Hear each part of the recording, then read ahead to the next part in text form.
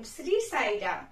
परमाराध्य परम प्रेममय परम करुणामय भगवान बापा चरण कमल कोटि कोटि प्रणति जणे आरंभ करिबा भगवान किसी संदेश। भगवान आज आमको कौन संदेश देउछंती आसंत सुनिबा। दैहिक निकटता द्वारा मो सह निकटता हासिल हुए नाही। तुमे मो पाखरे थाई मध्य बहु दूर रे रही पार, बहु दूर रे थाई मध्य अति निकट बा अति प्रिय होई पार।